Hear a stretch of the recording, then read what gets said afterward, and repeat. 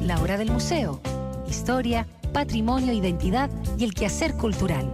Un diálogo para reflexionar la actualidad de Chile y del mundo. La Hora del Museo, el programa del Museo Histórico Nacional, conducido por el periodista Luis Cruz. Muy buenos días. Sean todos y todas muy bienvenidos y bienvenidas a La Hora del Museo, el programa del Museo Histórico Nacional.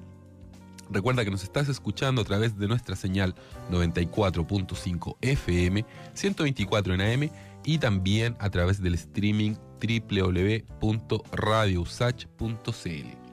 Como cada mañana, los quiero invitar a que visiten la web del Museo Histórico Nacional, www.museohistoriconacional.cl, y que allí revisen la agenda de actividades que hemos preparado para ustedes.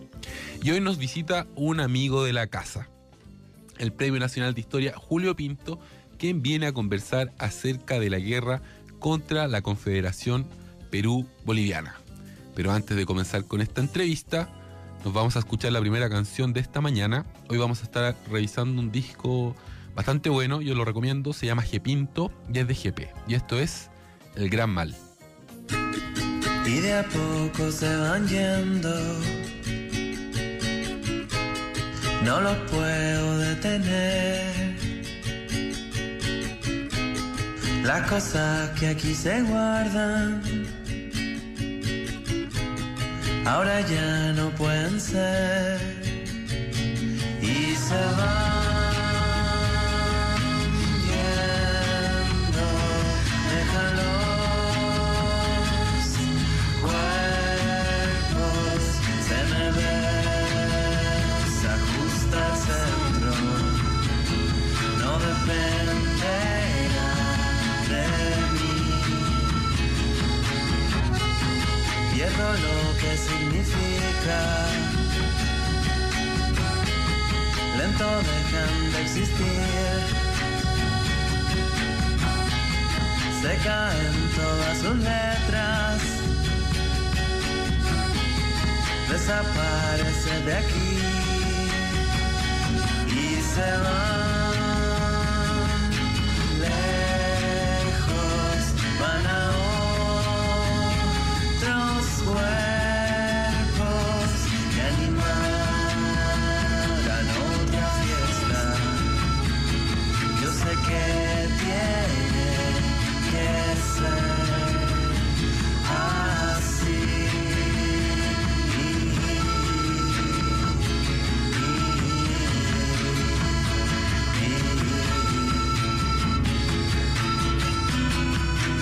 Y me acuerdo, no quiero recordar, se me olvida lo que tengo que llegar.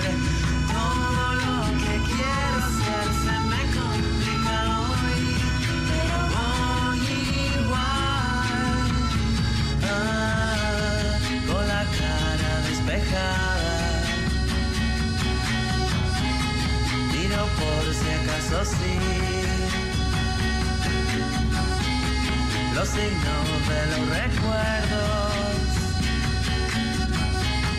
desaparecen al fin.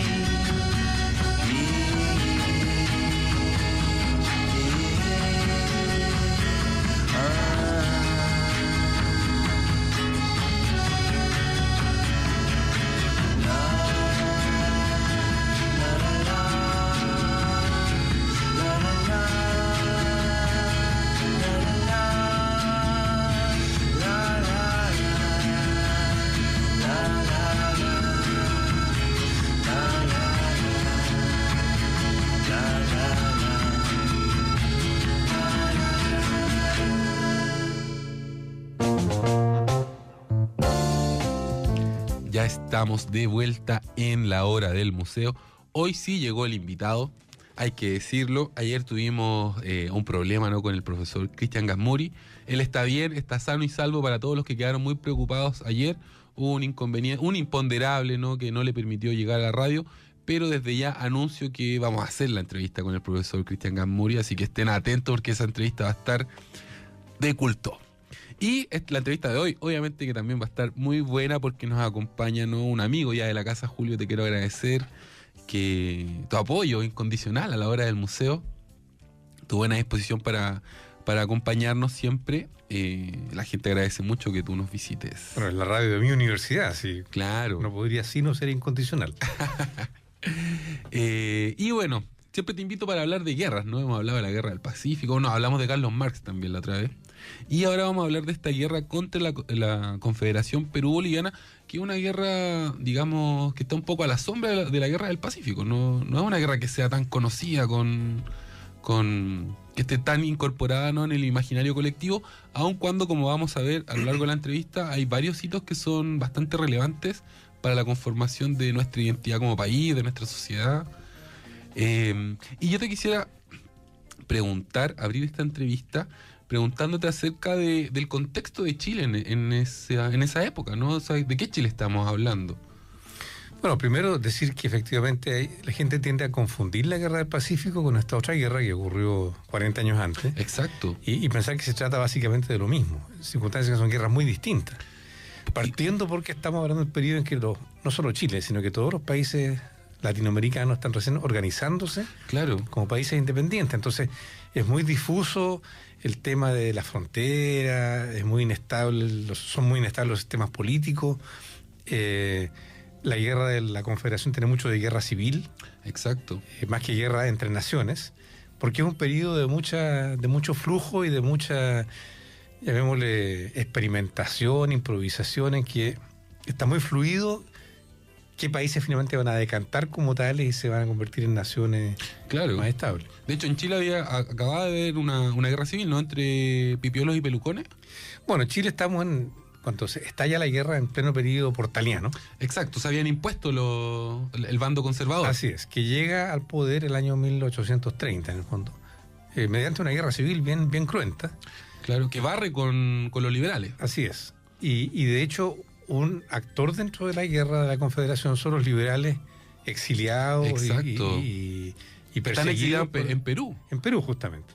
Entonces, intervienen, digamos, en la gestación de esta guerra. Y lo importante aquí de subrayar es eso, que estamos en periodo en que los países están recién conformándose y por lo tanto la actividad política, militar, diplomática es muy compleja. Claro, es muy compleja. Y ahí está la figura, ¿no?, de Freire, que él es uno de los exiliados en Perú, y que en algún momento él hace una intentona de venir a tomarse el gobierno. Lo vamos a ver más en detalle, ¿no? Pero es interesante esto, que él está exiliado en Perú, viene con una pequeña escuadra acá, fracasa, y eso luego sirve como excusa, entiendo, para la guerra. Así es. Y yo te quería preguntar también acerca de esta confederación Perú-Boliviana. ¿Qué es en términos geopolíticos? Bueno, es uno de los experimentos políticos que están teniendo lugar en ese momento en todo el continente. Recordemos de que durante toda la colonia Perú y Bolivia eran prácticamente parte de un mismo cuerpo administrativo, que era el Virreinato del Perú. También racialmente era... Y ambos tenían esta impronta andina, digamos, y del Imperio Inca, del Tahuantinsuyo. Por lo tanto, todavía en esos años no hay una distinción muy marcada entre lo que hoy se conoce como Bolivia y lo que hoy se conoce como Perú. Exacto. Sino que hay todo un proceso de disputas internas, de acomodos, en definitiva, qué país va a ser el que va a emerger ahí. Claro. Y uno de los experimentos... es la unión de estos dos países. En el fondo, para ellos restablecer lo que había sido la unión histórica de estos países. Y hay zonas del Perú actual, como la sierra o la zona sur, que eran mucho más cercanas en todo orden de cosas, económico, comercial, cultural, al altiplano, a Bolivia, que al norte peruano o a la costa peruana. Entonces, la costa tenía mucho mejor relación con Chile, entiendo. Había una suerte de sociedad o de... Claro, había un lazo muy antiguo, habían relaciones comerciales muy intensas. Las relaciones comerciales eran muy intensas. O sea, del mismo Diego Portales había ido a hacer negocios. Él inicia su carrera empresarial en el Perú. Le va mal, como en todos sus proyectos empresariales. Claro. Pero va allá porque Perú en ese momento, emergiendo de la guerra de independencia, seguía siendo un poco el núcleo comercial del Pacífico Sur. Y hay un comercio muy fuerte entre Chile y Perú. Chile le exportaba sus trigos, sus harinas a Perú, y a cambio Perú exportaba azúcar. Claro. Entonces ahí habían conexiones, como tú dices, muy fuertes entre los comerciantes peruanos y chilenos. Pero de la costa. De la costa. Entonces, claro, llamémosle la oligarquía mercantil costeña del Perú nunca estuvo a favor de este proyecto de reunificación de Perú y Bolivia bajo la Confederación. Y ahí aparece esta figura de este líder. Es boliviano él, ¿no? Andrés de Santa Cruz. Andrés de Santa Cruz. ¿Qué nos podrías contar acerca del Cholo Santa Cruz? Le decían de forma muy despectiva. Sí, hay todo un tema étnico y racista, porque Santa Cruz efectivamente tiene un ancestro indígena. Su madre o su abuela había sido aymara, claro, de la zona del lago Titicaca. Y él es un militar que surge fruto de las guerras de independencia. Él hace carrera militar y llega a ser un oficial bastante poderoso en las etapas de gestación de Perú y Bolivia como países independientes. Y él tiene este proyecto de reunificar estos dos países en un gran país que va a tener bases geopolíticas, económicas, mucho más fuertes que Bolivia solo o Perú solo. Claro, y lo consigue. Y lo consigue por un tiempo, pero con mucha oposición interna en el Perú. Ya. Sobre todo en algunas regiones, como tú decías, la costa, pero también en el norte de Perú, que no siente mucha cercanía con la zona con este proyecto, claro. Y entonces hay resistencias también, y la guerra parte como una guerra civil frente a lo que es el proyecto de la Confederación. De la Confederación Perú-Boliviana. Y algo que a mí me interesa saber es ¿cómo era el ejército en esa época? ¿Era un ejército regular, profesional, como lo conocemos ahora, o era un ejército más amateur, por decirlo de alguna forma? Recordemos que estamos saliendo de las guerras de independencia, que en el caso de Chile la guerra se prolonga hasta fines de los años 1820, porque subsisten núcleos realistas muy fuertes, realistas partidarios del rey de España, digamos. Claro. Muy fuertes en el sur, en la zona de la frontera mapuche. Actúan guerrillas realistas hasta 1832, son los famosos Pincheiras. Claro. ¿Ya? Entonces, para enfrentar esa amenaza, que además tenía el respaldo de muchas comunidades mapuche, se mantienen ciertas tropas regulares en el sur. Ya. Y de hecho los dos primeros presidentes del periodo portaliano, Prieto y Bulnes, como que se foguean militarmente en esas guerras. Exacto. De prolongación de la independencia en el sur. Por lo tanto, hay un núcleo profesional, llamémoslo así, de militares que son el eje del ejército que se va a mandar. Que es la oficialidad, por decirlo. No, pero también tropas ¿sí? profesionales. ¿Sí? Ya.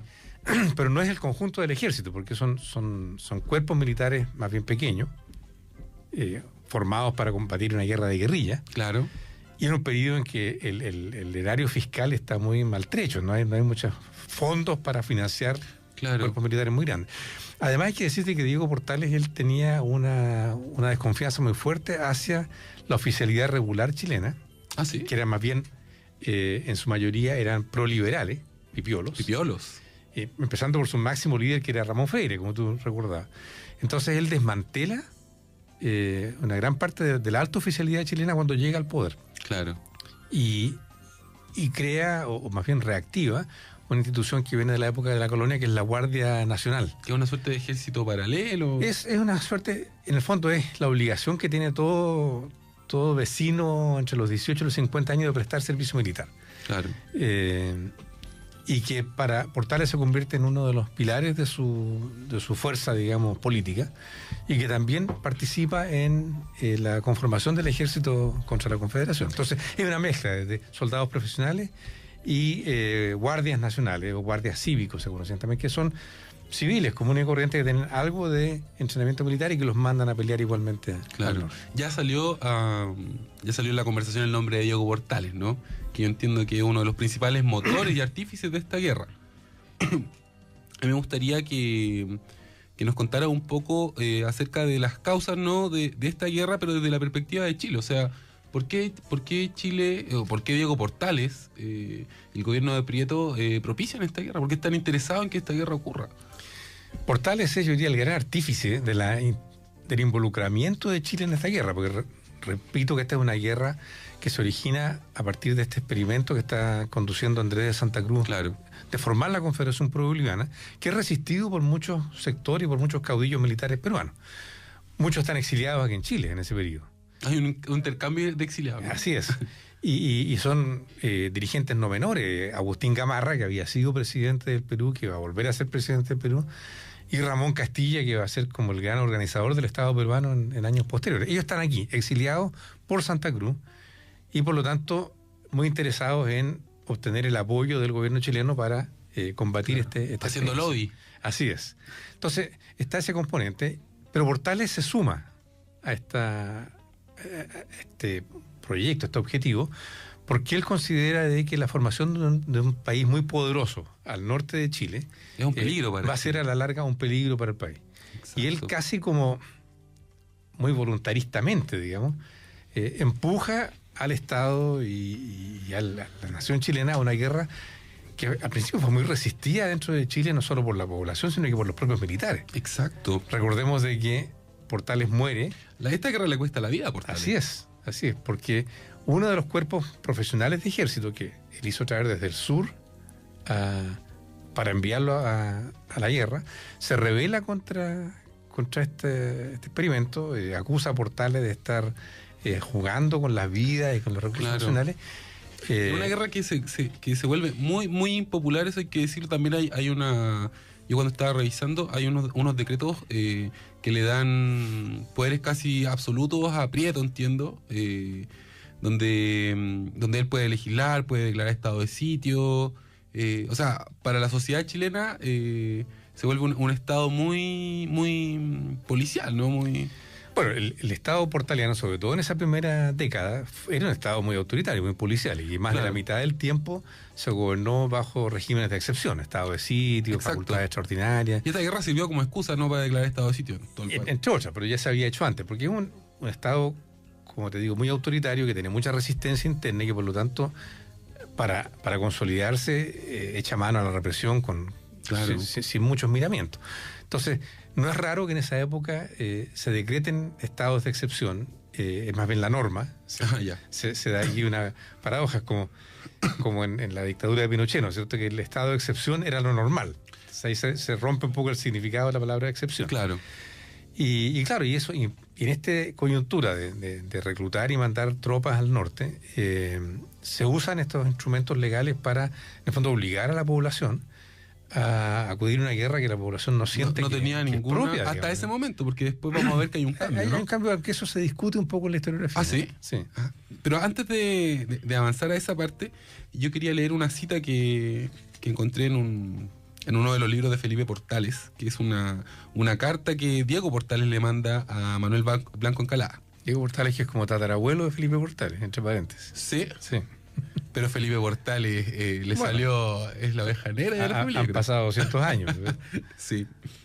Mis mejores deseos y saludos para Felipe Portales, que no ha venido, y es una excelente entrevista. Hemos grabado un par de programas con él. Voy a leer esta carta, ¿no?, que Diego Portales le manda a Blanco Encalada, que dice así: la posición de Chile frente a la Confederación Perú-Boliviana es insostenible. No puede ser tolerada ni por el pueblo ni por el gobierno, porque ello equivaldría a su suicidio. No podemos mirar sin inquietud y la mayor alarma la existencia de dos pueblos confederados y que, a la larga, por la comunidad de origen, lengua, hábito, religión, ideas, costumbres, formarán, como es natural, un solo núcleo. La Confederación debe desaparecer para siempre, jamás del escenario de América, por su extensión geográfica, por su mayor población blanca, por las riquezas conjuntas del Perú y Bolivia, apenas explotadas ahora. Por el dominio de la nueva organización, trataría de ejercer en el Pacífico, arrebatándonos. Por la mayor inteligencia de sus hombres públicos. Mira, Portales. Si bien de menos carácter que los chilenos. Por todas estas razones, la Confederación ahogaría a Chile antes de muy poco. O sea, Portales claramente ve que esta confederación es la amenaza. O sea, tiene miedo de que Chile termine siendo anexado a... Sí. Es una carta muy famosa, muy citada, porque se usa como una especie de prueba de la visión política y estadista, ¿no es cierto?, de Portales, que es capaz de prevenir una amenaza cuando recién se está forjando. Ahora, eso es una anticipación que hace él de algo que no sabemos si habría pasado o no. Claro. Es como una guerra preventiva. Es análogo a lo que habría hecho Bush claro. contra Irak, digamos. Él decía, bueno, si llega alguna vez a consolidarse este experimento, en ese caso correría peligro la integridad territorial, política de Chile. Claro. Pero es una proyección. No lo sabemos, no pasó, claro. Y no alcanzó a pasar. Y la verdad es que esa lectura que hace Portales de la situación es una lectura que el resto de la sociedad chilena comparte poco, digamos, incluso de la clase política chilena. Y vuelvo a insistir, la prueba es que nada menos que un cuerpo regular del ejército, al mando de uno de los oficiales que era más prestigioso en ese momento, que era Vidaurre, se revela, digamos, y termina fusilando Portales. Ahora eso produce un efecto contrario de valoración, ¿no es cierto?, y apoyo a la figura ahora del mártir Portales. Exacto. Pero cuando la guerra se está gestando, es casi como una aventura personal que Portales está encabezando frente a un peligro hipotético que al final nunca se supo si iba a fraguar o no. Claro. Bueno, Portales tiene esto, porque también respecto a Estados Unidos, también él tenía sus aprensiones, grandes aprensiones, ¿no? Sí. Respecto a que Estados Unidos podía influir mucho en... Claro. Quizás esa historia sí sabemos que Portales la chuntó un poco más, ¿no? Sí, claro. Bueno, porque en ese caso efectivamente Estados Unidos se convirtió en una gran potencia y ejerció una hegemonía muy fuerte. Ahora, yo tengo una lectura personal respecto de por qué Portales se empecina tanto en este proyecto, y tiene que ver justamente con afianzar su control interno de la política nacional. No hay mejor forma de superar divisiones o crisis internas que inventar una guerra exterior. Claro. Es decir, ya, dejemos de pelearnos entre nosotros. Tenemos un enemigo común que está afuera. Y eso es un recurso, digamos, ancestral el ABC en la política. Entonces, en parte él está haciendo eso también justamente como una forma de afianzar un gobierno que todavía está bastante precario en esos años y que era objeto de múltiples conspiraciones. Claro. Portales es una figura inquietante, por decirlo menos. Un político duro, que sabía lo que quería y que tenía la capacidad de obtener muchas de las cosas. Ahora, en este caso le costó caro, como tú dices. Le costó la vida. Yo creo que, claro, él no anticipó quizá, o no supo aquilatar el efecto contrario que iba a tener al interior del propio país, ¿no? Que había mucha gente que ya está harta de Diego Portales. Sí. Vamos a escuchar las dos canciones que siguen, son cortitas porque vamos a volver muy pronto con esta conversación. Les recuerdo a todos que estamos conversando acerca de la guerra de Chile contra la Confederación Perú-Boliviana, con el Premio Nacional de Historia, profesor de la Universidad de Santiago, Julio Pinto. Y en esta mañana estamos escuchando el disco de Jepe G. Pinto. Y ahora vamos a escuchar Multiplicación y Guinea.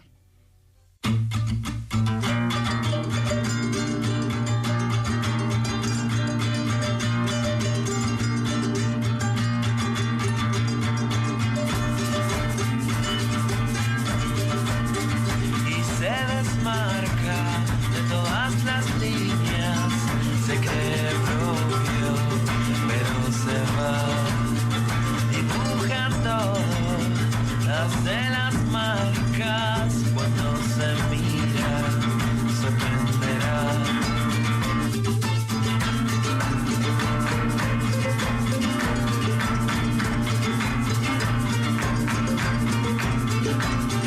Y se disfraza con muchas flores, no tiene olores, no sirve nada.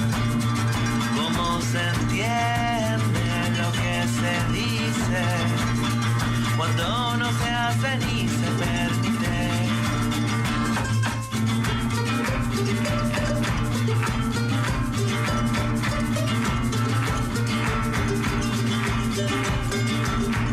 Cuando no se deja hacer lo que nunca se entendió, se vuelve indecible lo que se dice hablo. Lenguaje de mano y palabra traducir, traduzco cruzados, significados se fue.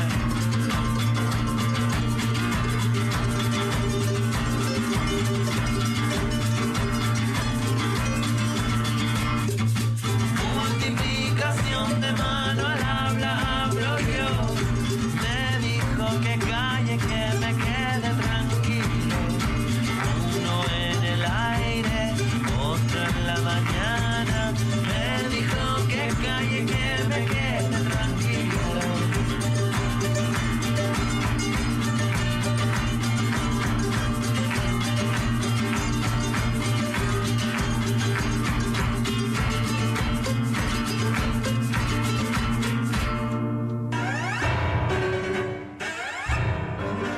Radio Universidad de Santiago, una emisora donde podrás escuchar y aprender sobre diferentes estilos de música clásica compuestos en Chile. Te invitamos a que juntos valoremos a nuestros creadores y creadoras. Somos tu radio pública.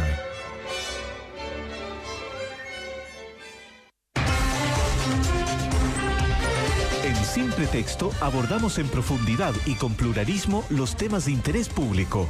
De lunes a viernes, nuestros periodistas invitan a debatir a connotados expertos, variados panelistas y a los protagonistas del acontecer noticioso nacional e internacional. Sintonícenos en nuestras 2 ediciones, a las 8 de la mañana y a las 13 horas, en Radio Universidad de Santiago.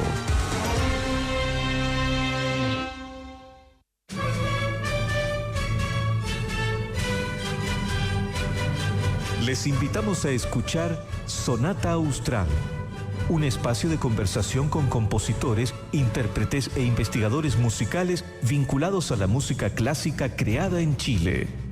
Este programa se transmite los lunes y los domingos a las 20 horas. Sonata Austral, un programa producido y conducido por Álvaro Menantó.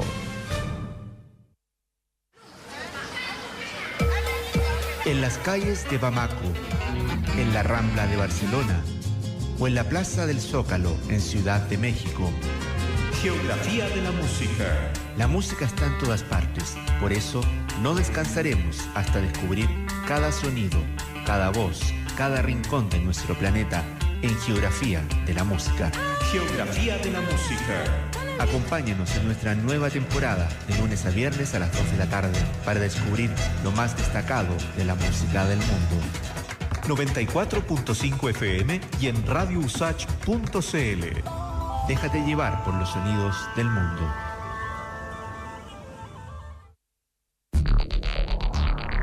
Radio Universidad de Santiago, 94.5 FM, 124 AM y www.radiousach.cl. Una emisora plural, analítica y con una amplia red de voces expertas. Somos tu radio pública.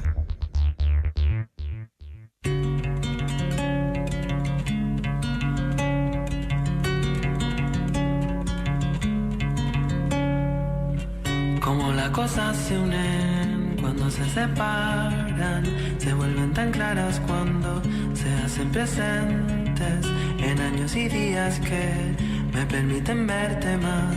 Como las cosas se unen cuando se separan.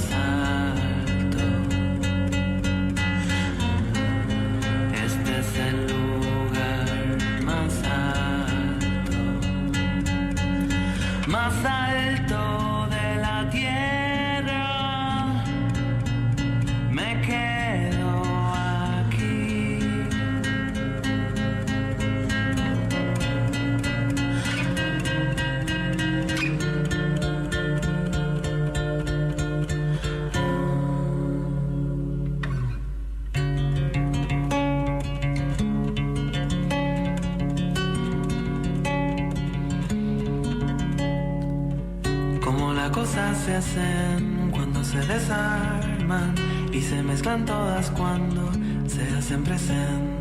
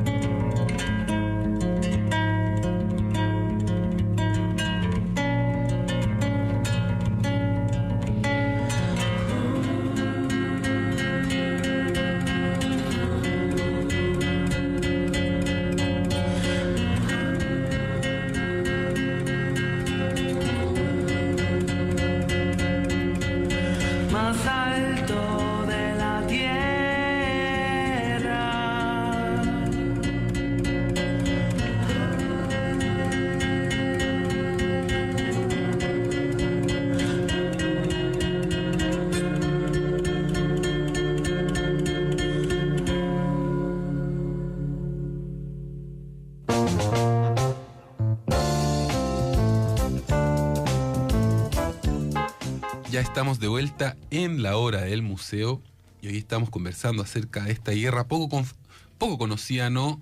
De Chile contra la Confederación Perú-Boliviana, y para esto nos acompaña nuestro Premio Nacional de Historia, el profesor Julio Pinto. Julio, antes de irnos a las dos canciones de Jepe, habíamos estado hablando, ¿no? de Diego Portales, de esta figura totémica para la derecha chilena, inspiradora, y de su muerte, ¿no? De su muerte por esta guerra muy impopular que él se encarga de fomentar, de embarcarnos al país en esta expedición militar. ¿Qué pasa cuando muere Diego Portales? Bueno, se produce un... ¿Qué pasa en el gobierno chileno? Porque Sí. Diego Portales era una figura... Claro, era ministro en ese momento, Claro. ministro del Interior. Pero era el hombre y fuerte. de guerra, claro, y era el hombre fuerte. Pero el gobierno se mantiene, digamos, la presidencia de Prieto sigue adelante, y más bien la muerte de Portales tiene el efecto contrario de reforzar, digamos, al gobierno frente a esta... a la decisión de ir a la guerra. A eso, O sea, de mantenerla. y a la supervivencia política del gobierno también, porque como que se produce una reacción de empatía con el ministro fusilado, y de repudio, digamos, a los sectores que se habían rebelado en su contra. Entonces eso hace que una guerra que había sido al principio muy resistida, después ya como que se mantenga como una especie de tributo a la memoria del ministro mártir. ¿Hubo un juicio a los asesinos de Diego Portales? ¿Eso estaba establecido? Sí, ¿Qué hubo pasó con un ellos? juicio, lo fusilaron, digamos, Ya los fusilaron de vuelta. a los oficiales que dirigieron el motín, que se llama el motín de Quillota, ¿no? Claro. Tanto al comandante superior, que era un coronel, Vidaurre, que hablábamos antes, Claro. Agustín Vidaurre, que es fusilado, y al oficial que dio la orden directa de fusilar a Portales, porque también fue una especie como de reacción extrema en un momento en que el motín no estaba resultando como los amotinados querían, que las milicias de Valparaíso empiezan a resistir por las armas, digamos, el amotinamiento. ¿Nos puede explicar un poco más? Sí, bueno, este cuerpo de ejército, que era un cuerpo muy importante, el Maipo, Regimiento Maipo, que se amotina, encabezado por sus oficiales superiores, digamos, no es un motín de la tropa, y que toma como rehenes al ministro Portales, que era... ¿Y Pedro Portales llega a negociar ahí o los tipos- No, él estaba pasando revista a este cuerpo que estaba a punto de embarcarse hacia el Perú. Ya. Y aprovechando esta revista, había un complot que venía de mucho antes, digamos, que tenía O sea, que ver con... estaban los barcos, estaban los Claro, ejércitos pero formados. estaban en Quillota, o sea, Claro. estaban esperando para ir a Valparaíso y embarcarse al Perú. Claro.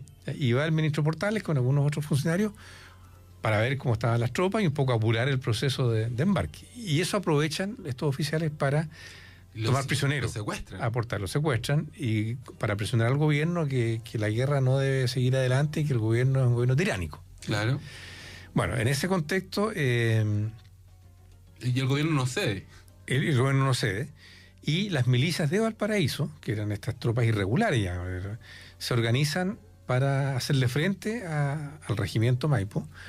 Y esas milicias, hay que decir que habían sido comandadas personalmente por Portales pocos años antes. O sea, había lazos de lealtad personal. Claro. Portales tenía su base personal de operaciones en Valparaíso, como comerciante que era.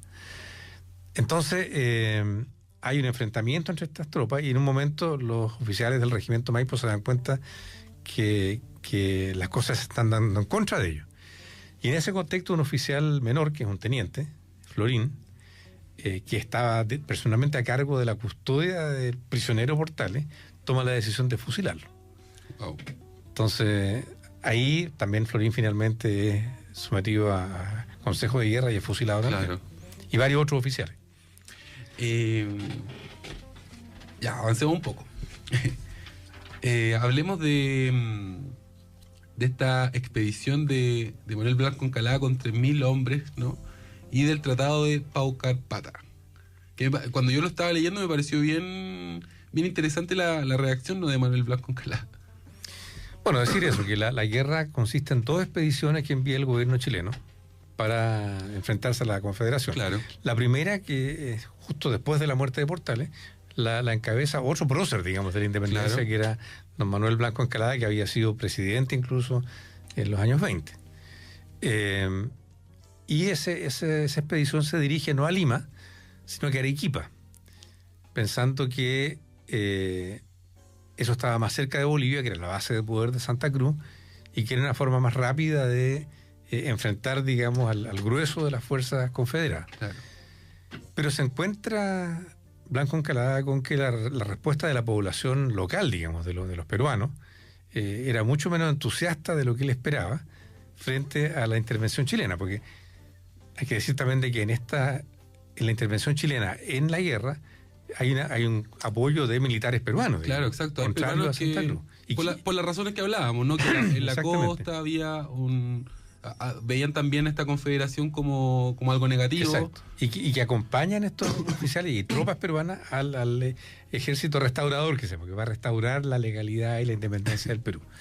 Entonces, estos exiliados peruanos habían fomentado la idea de que la población peruana lo único que quería era Liberarse de Santa Cruz. Y en los lugares que para Blanco Encalada se va dando cuenta que Iquique, Arica, que eran peruanos todavía en ese tiempo, y la recepción de la población es muy fría y bastante hostil.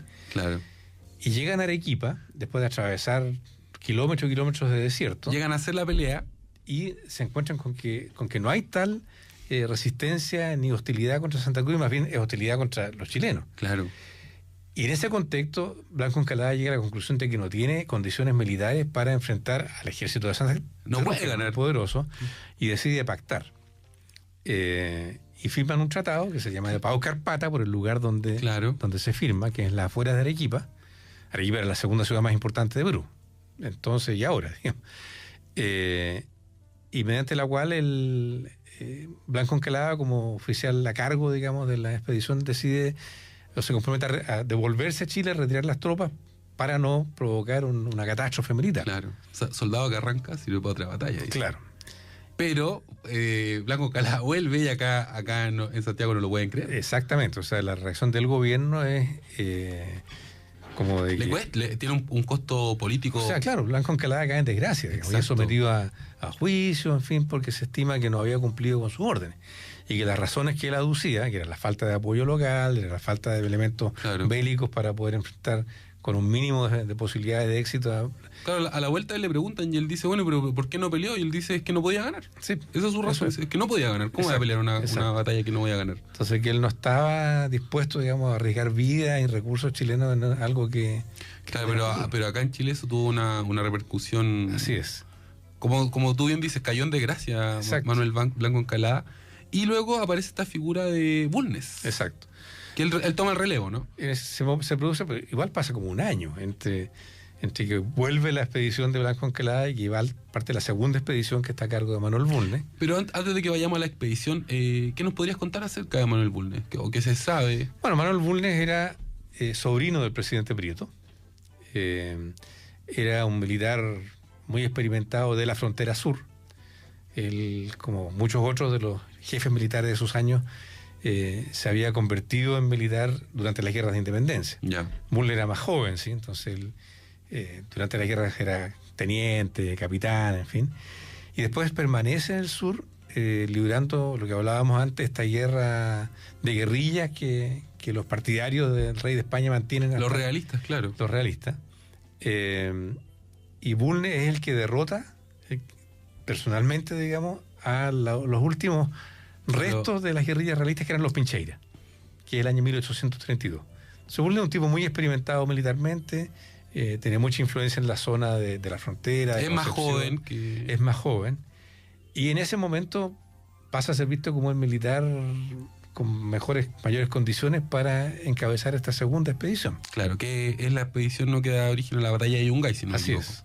Que esta es una expedición, o sea, esta es una batalla donde pelean 20.000 hombres, según lo que yo estaba mirando, las cifras eran 10.000 por cada lado. ¿Qué podríamos decir acerca de esta batalla de Yungay? Bueno, en esta segunda expedición no se comete el error de la primera de irse a una zona que era claramente hostil como el sur peruano, y se va directamente a Lima. Y se ocupa Lima. Pero de nuevo, la acogida que esperaban encontrar los militares chilenos no es tal, digamos. Y la población tiene una posición, incluso en Lima, que era muy contraria a Santa Cruz, claro. una posición... eran vistos un poco como un ejército de ocupación, digamos. ¿Qué tienen que venir a hacer los chilenos en una guerra o un conflicto que es interno? Claro. ¿Ya?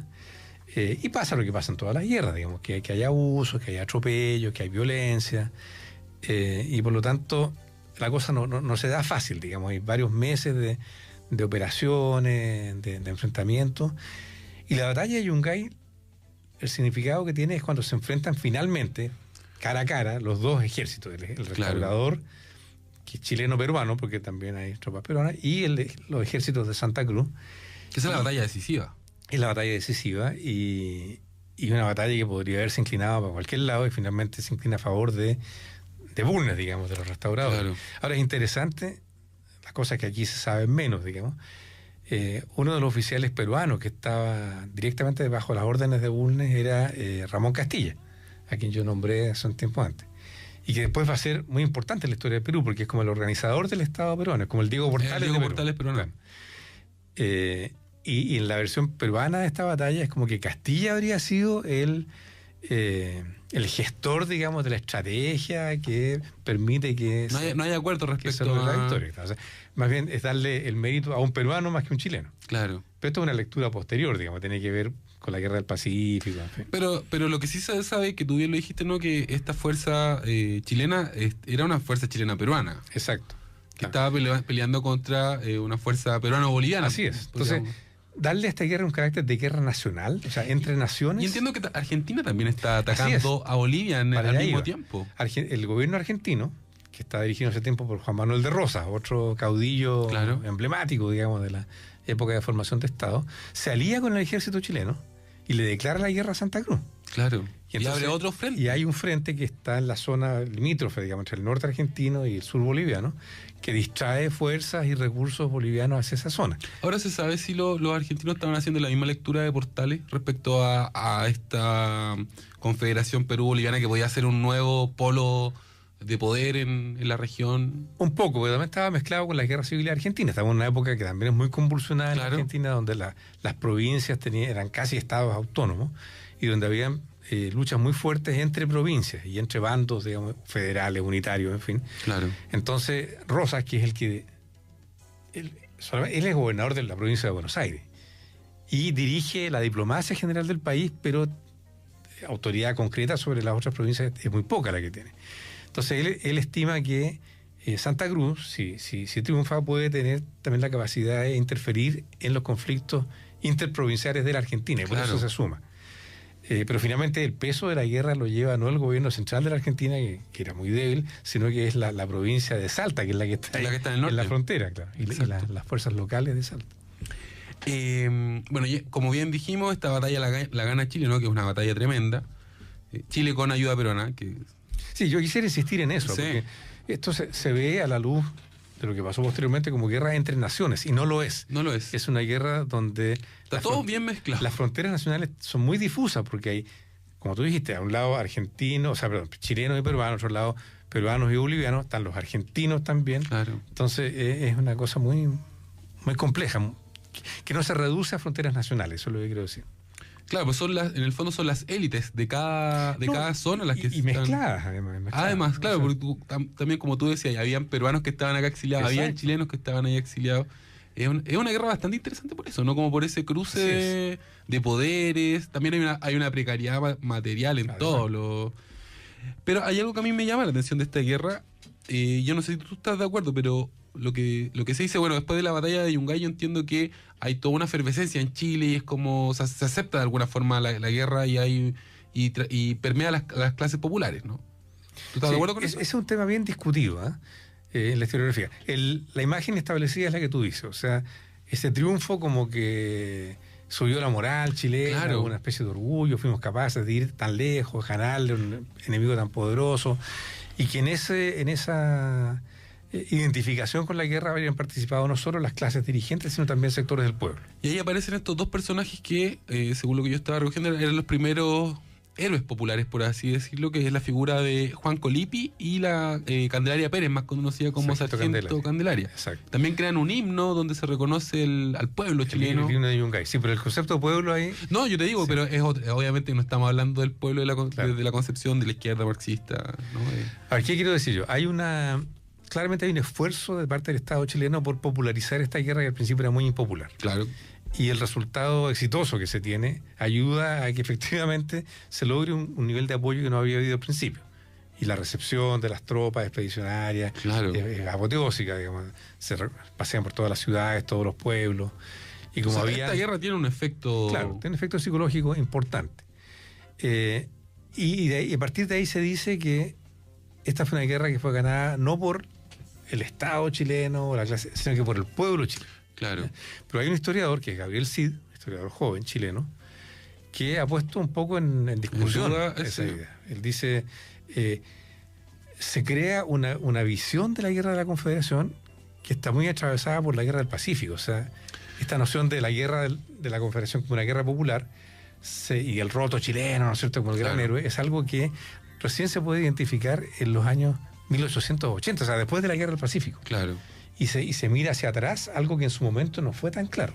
Ah, mira tú. Está en discusión entonces Así es. esa visión. Y otro dato que yo logré rastrear, ¿no?, a partir de las consecuencias de esta guerra de cara a Chile, es que surge, ¿no?, este denominado concepto de nacionalismo chileno, que por una parte es como la unión entre la oligarquía dominante conservadora junto con las clases populares, ¿no? Que eso sería en el fondo los elementos constitutivos de esta suerte de nacionalismo chileno. ¿Estás de acuerdo tú con eso? Bueno, esa es la imagen que se ha tejido alrededor de esta guerra. Y efectivamente es una guerra que tuvo un impacto y que tuvo un cierto nivel de popularidad después que se ganó. Claro. Y no por Durante, casualidad. o sea, los primeros tiempos, Claro. si uno lo analiza, lo ve, nadie quería esta guerra. Así es. Y no por nada Manuel Bulnes llega a ser el próximo presidente de Chile después que termina su periodo Exacto. pleito, ¿ya? Que tiene que ver con la gloria que él obtiene en la guerra y que es un líder reconocido, digamos, ampliamente. Y hay también un grado, porque en este ejército, que era un ejército básicamente de recluta, hay gente de distintas partes del país peleando. Exacto. Entonces, cuando vuelven a sus lugares de origen, a sus pueblos, a sus ciudades, hay una recepción, hay todo un elemento simbólico, digamos, de ustedes fueron parte de una gesta nacional. Claro, vuelven como héroes, ¿no? Como héroes, claro. Pero si uno le sigue el rastro a estas relaciones en los años y las décadas que siguen, esa unión férrea entre pueblo y aristocracia no se ve por ninguna parte. O sea, Es una unión retórica nomás. incluso los personajes que tú señalabas, Claro. Juan Colipi y la sargento ¿Eso qué Candelaria. nos podrías contar de estos personajes? Bueno, Colipi era hijo de un cacique mapuche que era aliado del Estado chileno, era de los pocos caciques que no eran realistas. Y su hijo va a la guerra, se convierte en un héroe de guerra, en fin, pero muere a poco de volver del Perú, porque contrae una enfermedad y dura Claro. meses. ¿Ya? Pero se suele ver como el pueblo mapuche también participa, no sé, Claro. en la guerra contra... Bueno. Y en el caso de la sargento Candelaria, ella se convierte efectivamente en un referente simbólico, porque la batalla de Yungay, ella asume un papel de protagonismo militar inusual en una mujer en esos años. Claro. Pero después ella casi como que queda en el olvido. Y hay una crónica de los años 50, 60, que es muy conocida, en la cual de repente se repara que ella está en un teatro. ¿Ya? Y estaba muy pobre, como que el Estado la había dejado abandonada. Entonces, alguien del teatro la reconoce y dice, rendémosle un homenaje a la sargento Candelaria, que está aquí entre nosotros. Pero que entre 1838, que es cuando se acaba la guerra, y 1800 y tanto, como que nadie se acordó más de la sargento Candelaria. Wow. Entonces son figuras que han sido relevadas después por la historiografía nacionalista, pero que no significan necesariamente que en ese momento haya habido este Claro. nacionalismo popular del cual se habla.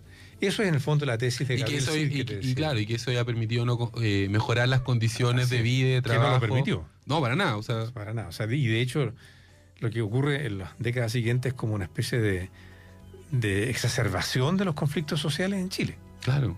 ¿Ya? Que es lo que yo iba a ver con Cristian Gasmuri en su libro Exacto.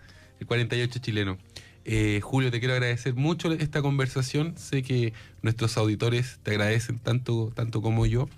Es una guerra bien interesante. Tú mismo me comentabas que ahora se están escribiendo nuevos libros al respecto. Vale la pena revisitar esta historia, ¿no? Recomiendo a nuestros auditores que busquen más información al respecto de la guerra contra la Confederación Perú-Boliviana. Ahora nos vamos a ir con la última canción de esta mañana, pero antes tengo que agradecer a Marcos Cornes, que me acompañó en esta mañana desde los controles. Yo soy Luis Cruz, esto es Jepe Vacaciones.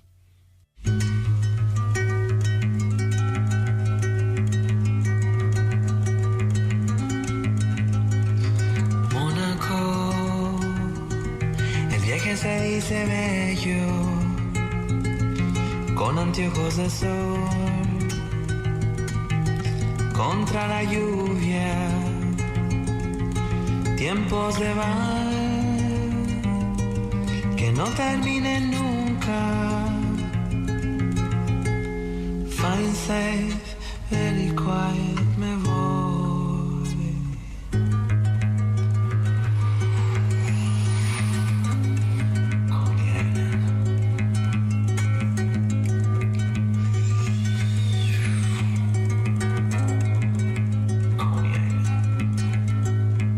Jalisco, tómate a matarme esta tarde de tanto remordimiento. Me duele tanto la muerte de mis hijos. Where you been? ¿Cómo estoy? I'm gone. ¿Dónde estás? How I look, me voy.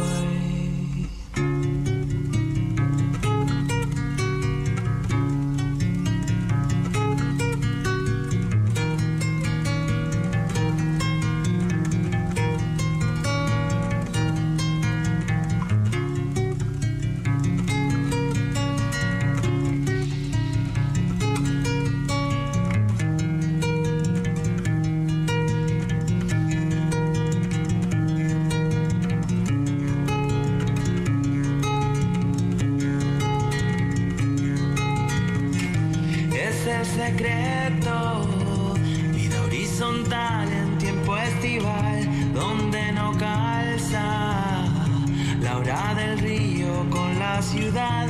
Pienso y estiro, vida horizontal en tiempo estival.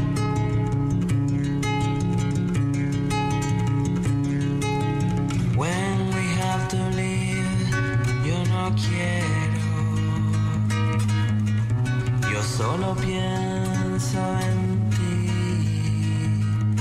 all the year, todo el tiempo.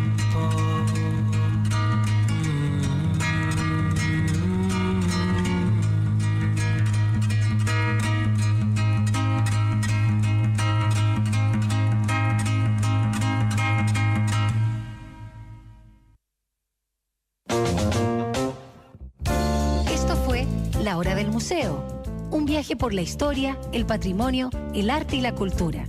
El Museo Histórico Nacional y Luis Cruz te esperan de lunes a viernes a las 11 horas con nuevos capítulos de nuestra historia.